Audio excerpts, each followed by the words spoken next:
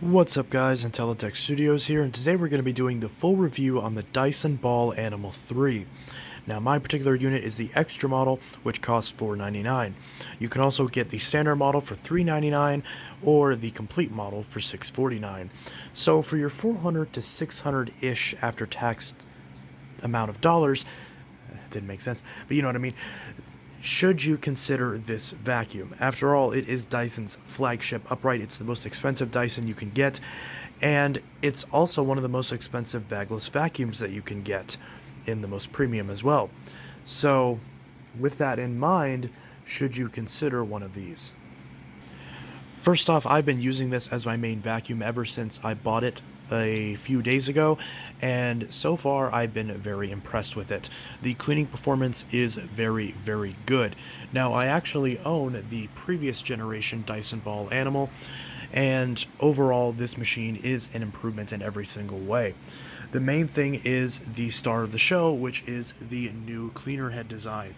So the way this works is actually very, very interesting. So the UK Dysons have actually had a cleaner head on their uprights very similar to this for about the past 5 years now. But this is the first time we've got this design on a US upright. It's very similar in design in terms of cleaning performance to the previous brush roll, but there's a few major differences. The first and most obvious one is the fact that it has the hair removal veins, as they call it, or basically these red combs right here, which will actually remove the hair as it tangles up on the brush. Not only that, but also this brush roll is a lot wider than the old style brush roll in the first place, so it's going to be less likely to get hair on it in the first place. And if it does, these combs brush off the bristles and remove the hair from the brush. And as you can see, after I've used this for quite a few days, I have not had any issues with hair tangling on this brush. The brush still looks brand new. One other thing is that this is a direct drive brush, so there is no belt. The motor is actually inside the brush roll, which means that there's no belt to break and there is no issues as far as losing brush roll speed from the motor going to the brush. The motor is inside the brush, and as a result, it's a lot more simplest and streamlined. The other advantage to that is it means that there is no break in the brush roller from where the belt rides, so the entire amount of the cleaning path is able to be used for cleaning. Now, the actual cleaner head itself is a little bit shorter than the old style cleaner head, which I actually prefer, because that means that the entirety of it is usable for cleaning, and also it means that it can get into tighter spaces. So that may seem as a disadvantage for some people that it's not as wide, but for me personally, I think that it's better, because not only does that mean that it fits into tighter spaces, but it also means that the suction is more concentrated and it's not being spread out among a wider cleaner head, which means the part that you are vacuuming is going to be cleaned a lot more effectively. And I've noticed that with cleaning as well, with testing.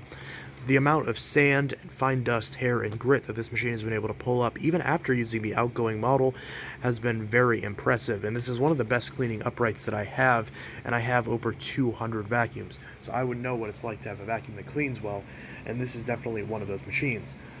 Now, one other advantage to the new cleaner head is the adjustable suction. Now, unfortunately, Dyson did not incorporate adjustable suction on the hose. It's only on the cleaner head, and that's one of the things that I don't like about this machine. You still have a lot of suction on the hose, which in some ways can be too much, but I'll talk about that in a second. So, this has a 3-position switch right here. So, the way that this works is there is a small gate on the bottom of the unit, and I can show you this real quick if I tilt this back. So there are these red gates right here. So the active base plate from the previous generation Dysons is gone. Instead, we have this fixed height position, and what mainly is the part that you would adjust is right here. There are these red bars right here, and when you have it on this setting, the setting all the way to the left, these bars are down. And when you put it all the way to the right, these bars are also down, and when you put it in the center, these bars are up. So you would put this in the center if you want this to pick up large debris or have extra space for the brush roller to pull air in through the bottom. Now, the difference between the side sections, or the side settings, is that when you put this little red slider to this side, this is completely sealed. So these vents are closed, and these bars are down, these little partitions right here. When you put this all the way to the left, which this is my preferred position for vacuuming my carpet, these are down again, but these little vents will open up. So these little vents right here allow a little bit of air to bleed in, so that way the cleaner head doesn't suck itself to the floor to the point where it's difficult to push. So by default, if you are trying to use it on either this mode or this mode, and you find that the vacuum is too difficult to push, then slide it over to the left. In fact, on my unit, this is how it defaulted out of the box. So chances are on your unit, this is the setting that it will be when you first pull this out of the box. And this is the best setting for my carpets. So what I find is that I will leave it on this setting for my carpets, so that way it'll bleed that little bit of air in and have better airflow but still seal to the floor. And then I'll put it on this middle setting when I'm using it on bare floors, because then those gates are open and that allows large debris to pass through.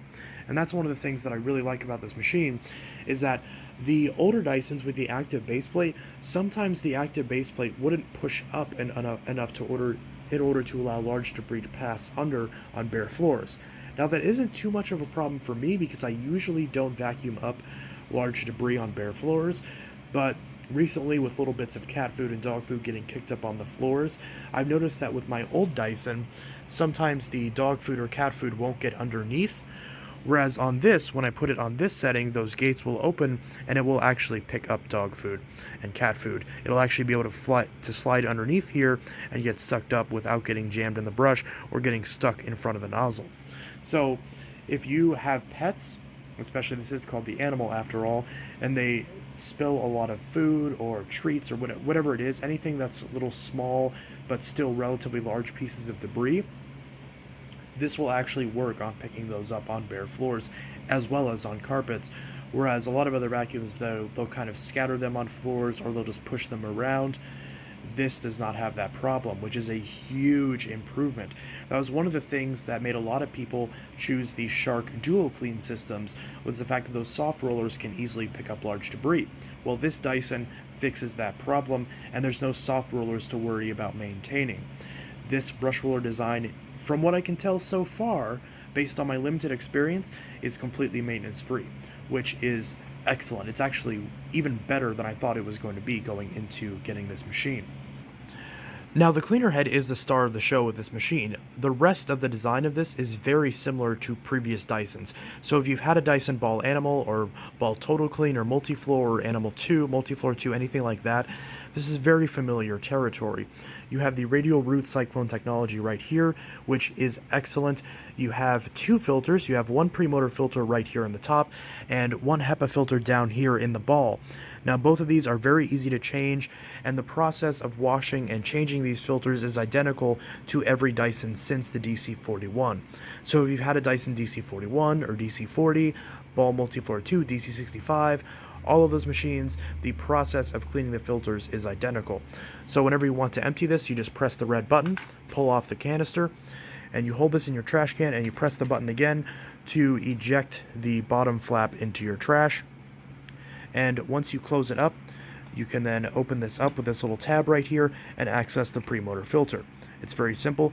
Dyson recommends washing this every month, although I will admit I've had this yellow machine for 6 months and I have never washed the filter, and I've never had to because it's not discolored and it doesn't lose suction.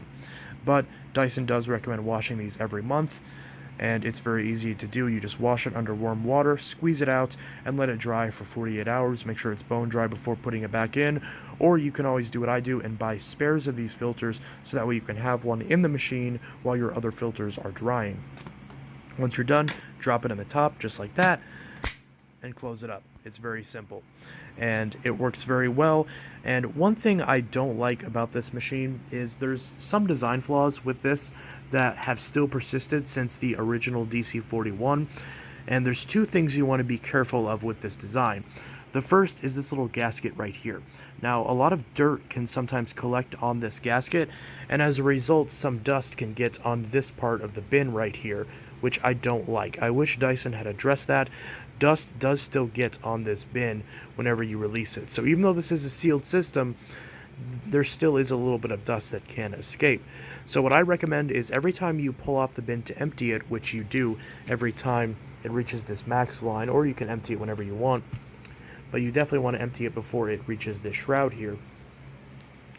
What I recommend is every time you empty it, first off, empty it outside, or at the very least, empty it after you just changed your trash bag, so that way you can put this all the way down in the trash can and empty it so that way the dust doesn't fly up into the air.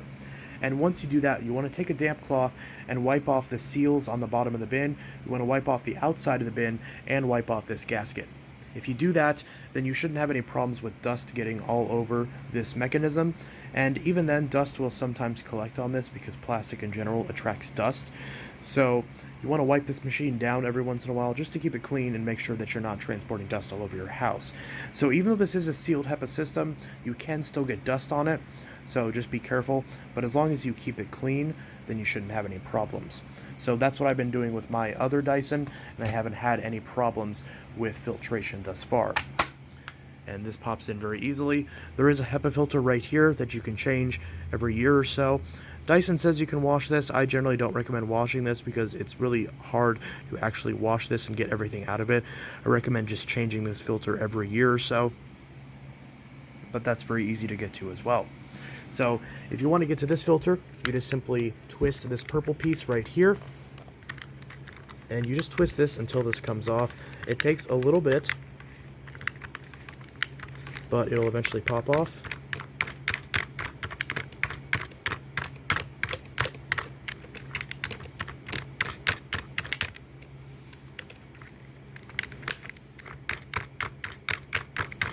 Doing this in real time so you can see the process for this. For some reason it's not wanting to come off. I don't know why it's being finicky. There it goes. Okay, so this just popped off, and this filter just simply twists off. It's a little tricky to get with one hand, especially when the filter's brand new. But you just twist this off and it pops off, and then you can take this and pop it back on. Try to do this with one hand. It's a little difficult.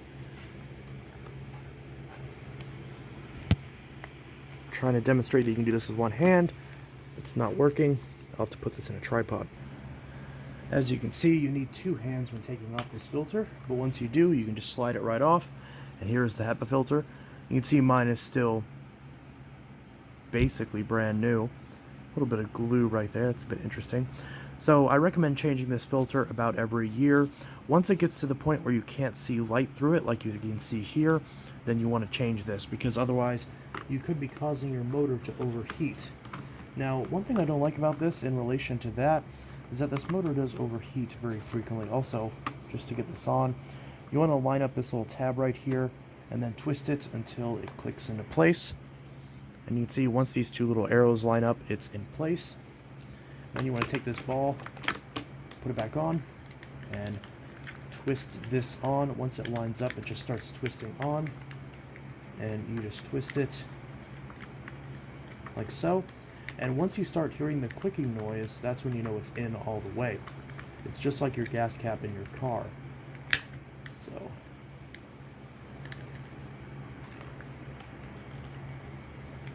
it's really hard to turn for some reason. That's weird. So it's supposed to start making a clicking noise, but it's not for some reason. There it goes. Okay, mine was just a little stiff because it's brand new, but right there, that's how you check and change the filters, both the pre-motor filter and the post-motor filter on this Dyson. So I mentioned earlier how the cleaning performance on this on both carpets and bare floors is really good. So I'm going to demonstrate that right now with a pickup test. So we have mostly potato flakes with a little bit of cat food mixed in. I forgot if this was dog or cat food, but I think it's dog food, a little bit bigger. So we're going to show cleaning up this on both carpets, bare floors, and the transition in between, which a lot of vacuums struggle with the transition. So we'll see how well the seal is on this and going between the two. Now, whenever I run this, I'm going to leave it on the middle position on the power head, so you'll notice that as well. And whenever I transition this to bare floors, I will shut off the brush roller, and I'll show you how to do that in a second as well.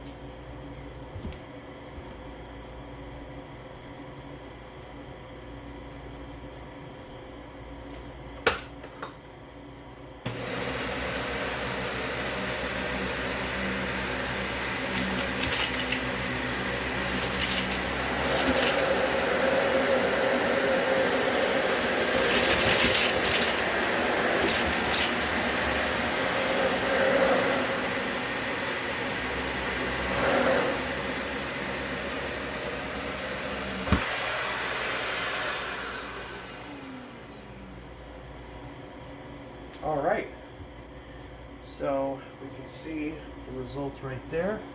We're going to look at the carpets first. Wow, so honestly, looking at the carpet, and this is honestly, wow, so the previous generation ball that I tested did really well, and it was actually a little bit better than average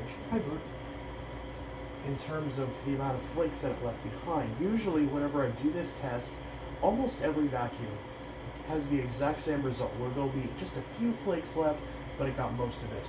In this case, I'm not seeing a single flake anywhere, which is honestly even better than I expected it to be. It got, was it a 1? I'm not even seeing 1. It literally got every single potato flake off the carpet. Now there's one piece of food in between the two surfaces that it missed, and then there's one on the end that it snow plowed, because those two gates you can see are on the sides. This was in the middle, so it didn't get a chance to get it from my straight back and forth pass. Had I ran this over it a couple times, it would have eventually slipped underneath and it gotten it. On the floor, there are a couple flakes on the floor. Yeah, there's a couple flakes on the floor. That's still a little bit better than average. But the biggest star of the show is that it actually got most of the large debris as well, which the previous Dyson would not have gotten. So its pickup performance perfectly mirrors what my experience has been real world in terms of picking up debris, picking up sand, picking up pet hair, all that stuff. It's been exactly what I'd expect, which is honestly even better than I initially expected whenever I first unboxed this machine. So very impressive results all around, and I'm actually very impressed with it. So the next logical thing to talk about with the Ball Animal 3 is the attachments. Now, if you've used any ball vacuum since the Dyson DC41, then you're very familiar with the way that this works. So the wand is right here and nests right in the back of the spine of the machine. In fact, it acts as the spine along with the hose, which is compressed and stored neatly on the back. So the way that this works is you flip up the wand cap, you grab this red part, and you pull it up. Now, once you pull the wand out, if you want to use the wand, you can pull the hose until it clicks, and now the wand is active. So you can attach any of the attachments onto the end of this wand with this clip right here, and that works very well. Now, if you want to attach attachments onto the end of the hose, you can press this red button right here and pull off the wand, and that will allow you to use the hose directly. Now, whenever you're using the hose, there is no storage for the wand when you're not using it, so you have to just set it aside. A lot of people have complained about that, and sure, sometimes if you're doing a lot of upholstery cleaning at once and you're moving all around, that can be a little annoying, but for me personally, it doesn't bother me, because obviously you're not going to lose it because you have to put it back to the machine in order to wind up the cord and put it away, so it's not like you're going to lose it anyways. And the advantage of it being plastic as compared to the really old Dyson wands is that it's a lot cheaper, so that way, sure, cheaper doesn't necessarily jive with a machine that's this expensive, but the advantage is that it's a lot lighter weight, and also it's less expensive if you do end up having to replace it for some reason. So there is some advantages there. And this hose, just like on the previous models, it stretches up very, very far. Now, when you first get the machine, the hose is going to be a little bit stiff. In fact, it's going to be really stiff. But as you use it over time, in fact, I've only used this for a couple days, and I've used it every single day, it's already started to loosen up a little bit, and it stretches a good fair amount. Now, one thing to note is that the hose suction does compress down on itself because of how strong the suction is, so the hose will fight you a little bit, especially if you're using an attachment, and especially if you're using the tangle-free turbine, because that will restrict the airflow a little bit, and that will make the hose want to pull itself down. So if you're using this on stairs or doing, going up into corners and stuff like that, the hose is going to pull a little bit, so it's going to be a little bit cumbersome to use, but it does work. Also, be careful when you're holding this hose, because this part can sometimes break off right here. That's a little annoying. I wish Dyson would just make this a symmetrical design, so that way this wouldn't break. I've had that happen before, but, it's just one of those things you have to be careful of. Now, on every version of the Ball Animal 3, there are 2 attachments that store on board the machine. Now, any extra attachments that you get, whether you get a tangle-free turbine or the groom tool, which are the attachments you get with the extra model, or if you get the complete, where you get a lot of extra attachments, none of those will store on board. The only 2 attachments that you get on board is this combination dusting brush and crevice tool, which clicks right in just like there, and you press this red button to pop it out, so everything clicks right on. So it's a crevice tool right on the end with some ventilation holes, or you can press this button and slide the brush down to the end to use the brush attachment. It's a very long brush. This works very well, or you can even pop the brush off entirely if you want to use the crevice tool and you don't want the brush to get in the way. Now I generally leave it on so that way it doesn't get lost or dropped like I just did right now. But you can press this button right here and slide it down and it clicks and stays out of the way. So you can use this either as a really long crevice tool or as a really long dusting brush, and it works very well. So you have that, which clips on right here, or right underneath it, you have the stair tool, which this stair tool is designed for stairs and upholstery. It has a little velvet strip right here, which helps collect pet hair, and this clips on very well. Now this clips on very easily. I found on my previous ball, my Total Clean, that this tool in particular would often not like to click on, but on this newest Ball Animal 3, they fixed that issue. It clips on just fine, and it's very simple. So, these tools work very well. I actually found that the improved suction actually makes this upholstery tool work better than on my Ball Total Clean, which you can see right there off the screen, despite the fact that the actual tool itself is the same. So the improved suction I thought was going to be a nuisance. It actually does help with cleaning performance, especially on the tool usage. Now I still wish there was a valve that you could twist in order to reduce the suction to the machine as a whole. I suggested this in my previous ball review, but Shark a lot of times will have a suction control, and Dyson very easily could add a suction control right here where the pipe goes into the bin that you could simply twist and let a little bit of air through, and that would allow you to better control the suction, so if you were doing something delicate, it wouldn't stick to it. So unfortunately, if you're trying to do something delicate, you're going to have a hard time because it's going to stick to it very vigorously. But for all the other situations, it's going to be a lot of suction, and it's going to be very good. So definitely a fan of that in most situations. So right now I'm going to demonstrate 2 different upholstery attachments on each of the cushions of my love seat. We've got a nice mess of potato flakes and a couple other little pizza crumbs and just random little things on this couch. So on the left cushion right here, I'm going to demonstrate the upholstery tool that I just showed you. And on the right, I'm going to demonstrate a tool that Dyson has had for about a decade now. This is the tangle-free turbine. Now, if you buy the Ball Animal 3 Extra, which is the copper model that I have, or if you buy the complete model, if you buy either of those 2, or if you buy it separately for your base Ball Animal 3, this is the tangle-free turbine. It works very well, but it is very loud, and it does kind of cause the hose to restrict on itself a little bit because it has a lot of suction. It also has this little base plate that articulates. But this is very nice because the same anti-tangle technology that's on the brush roll is also available in a hand tool. In fact, this came first. So I'm going to demonstrate this on the right cushion, and then I'm going to demonstrate the included upholstery tool that comes with all the Ball Animal 3s on this cushion right here. So we're going to do that right now.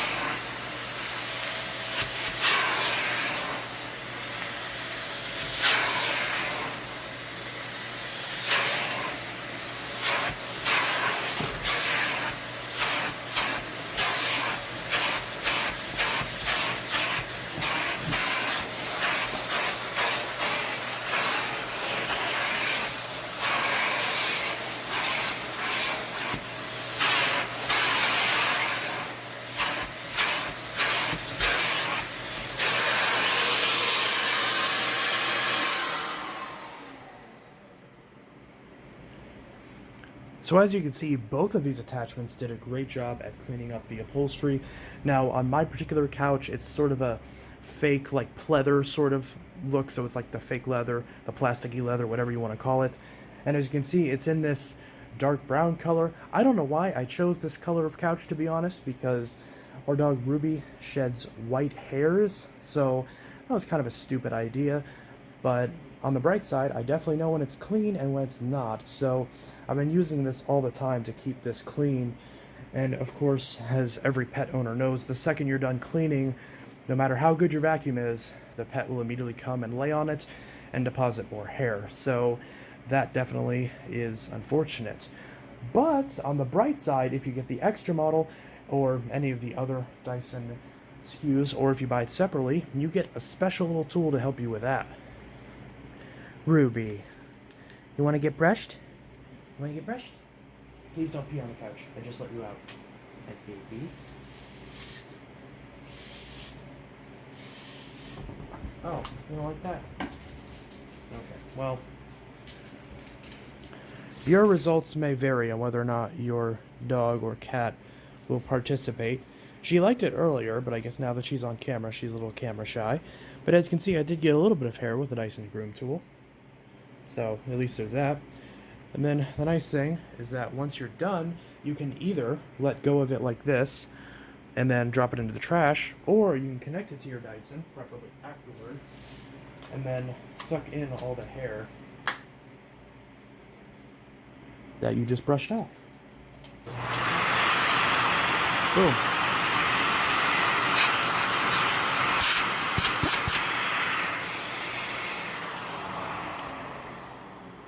Sometimes you have to get some of the hairs a little bit of encouragement, but most of it sucks in there, and the rest of it you can just kind of brush into the air path while it's attached, and that works very well. So, of course, if you're really lucky, your pet might let you actually vacuum them with this, and if you do, then you must be very lucky, because mine certainly doesn't.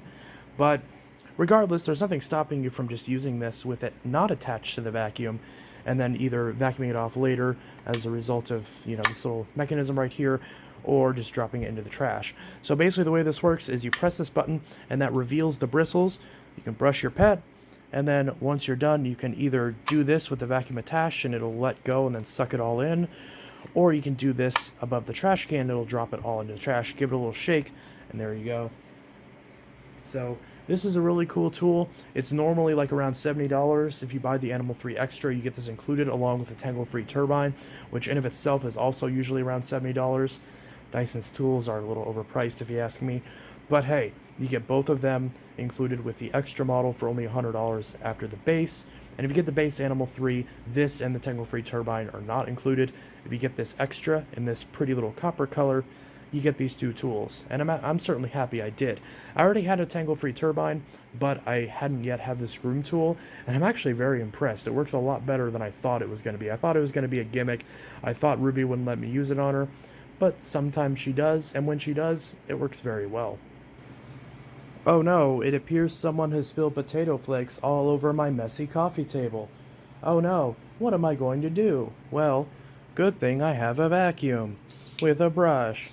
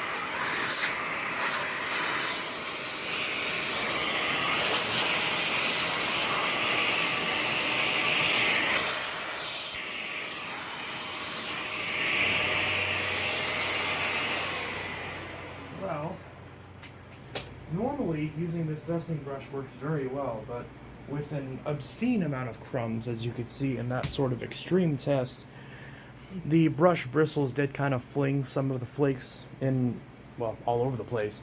But I still eventually got it, but I did get some flakes on the carpet as a result, so I'll have to vacuum the carpet again. So I guess maybe this brush tool isn't the best for extreme amounts of dust. Although, I mean, unless it's really fine dust. Obviously, that wasn't dust. That was still, considered debris. But I'm sure if I had just done it again with the normal crevice tool, it probably would have done a lot better. In fact, let's go ahead and test that. Alright, take two, this time with the crevice tool.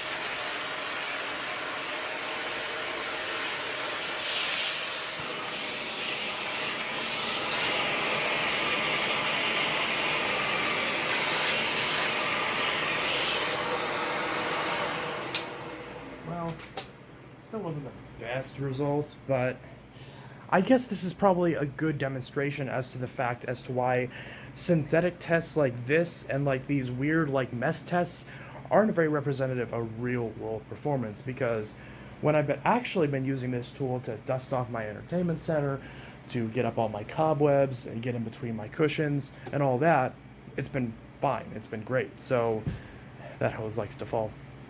So I guess these weird little mess tests, while they look great, don't really demonstrate much as far as the actual performance. At least not on a coffee table. It did on the upholstery. So, yeah. So, in my case, the testing of the crevice tool and the dusting brush combination tool wasn't nearly as good as it was in real life. So I guess that kind of points out the fact that these tests aren't always the most accurate. But hey, in real world use, this combination tool actually does pretty well, and all the attachments in general work very, very well, so I've been pretty impressed with them. And once we're done using the attachments, you can simply take the wand, push it inside the hose while pressing the red button, and just slide it into the top of the wand, just like that, and flip down the wand cap, and step on the tripod apparently. So that is the tools on the Animal 3. Next, we'll get into some little bits about the Animal 3 that you're probably wanting to know if you bought this machine and you're wondering how to use it, at least in general. So, the first thing you want to know is, I already showed you how to access the tools and everything, but whenever you're wanting to use this to vacuum in the upright position, you simply grab the handle and pull it back. The stabilizing wheels automatically kick up and out of the way. That way you can now use the ball mechanism to steer back and forth. Now, I find the spine of this does get a little bit wobbly, and a lot of these Dysons have had that problem. It's not as bad as the Kinetic or the DC-41, but I am worried that it'll get a little bit looser over time. I haven't seen any of these spines snap, but it still doesn't do the best as far as it feeling like it's, has good build quality. So the build quality feels good on this, but just the very rubbery, sort of bendy type of plastic, it feels like it's strong, and that's good. You want it to bend, so that way it's designed to flex, so that way it doesn't snap. But it still doesn't feel the best when you spend this much money on this product. And whenever you're turning the ball, it actually feels a lot smoother than it does on the earlier ball uprights. I don't know if that's just the design of the cleaner head and the yoke assembly being a little bit more refined, but the twisting and turning motion of this feels a lot smoother than it has on older Dysons. One other thing that I like is also whenever you go to put this in the upright position, it's very simple, just bring it forward. Now, some people have mentioned that it's sometimes difficult to tell when it's in the upright position and it's actually locked. I haven't had that problem, so the way that I get around it is whenever you're doing it slowly, you can actually hear the difference.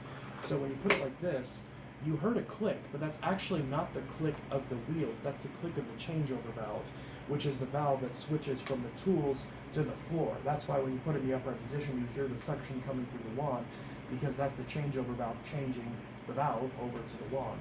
So that's what you're hearing. You're hearing that switch over, and then you bring it over, and now that you've heard that second click, that's when it's in the upright position. Now, understandably, you're not going to want to have to do it that slowly to figure out where the sound is coming from. So my solution is I just bring it forward in one motion. So I'm not pushing down. What I'm doing is I'm essentially hooking my hand onto the front of this handle and pulling it forward. And now it's notable that it's a lot easier to put it in the upright position when it's on carpet, when there's a little bit of traction on the surface, versus a hard floor, where on a hard floor you may try to push it forward and the machine may roll a little bit, but you can still do it if you do it with enough forward momentum. So some people have complained about the upright mechanism on this. I found it to be very good. On all of my old Dysons, even going back to my DC41 that this is based off of, I've not had any issues with it breaking. In fact, I can show you it right here. So this is the original version of this machine. This is the DC41. And one thing I've noticed with this machine is that this mechanism still works. Now, one thing I've noticed on the 41 is that this whole thing swivels, like the entire spine of the machine, does contour a lot more to the point where the bin moves a little bit. Now, thankfully, the new one doesn't do that, but I'm kind of worried it'll do that over time. So hopefully it doesn't. But again, to be fair, this 41 is still working. Now, one issue with the 41 that actually led to me having to send it in for repair is that this back hose right here actually split. In fact,